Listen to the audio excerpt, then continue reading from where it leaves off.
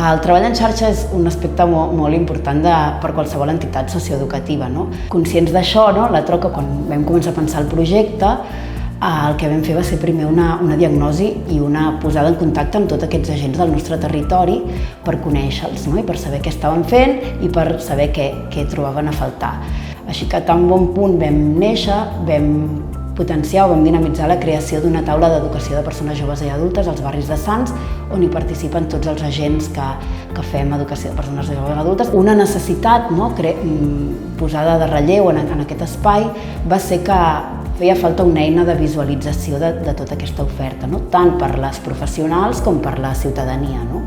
I vam crear el ForMap, que és una web amb un mapa col·laboratiu on es pot veure tota l'oferta formativa que oferim des dels diferents espais, projectes, serveis adreçats a persones joves i adultes del barri.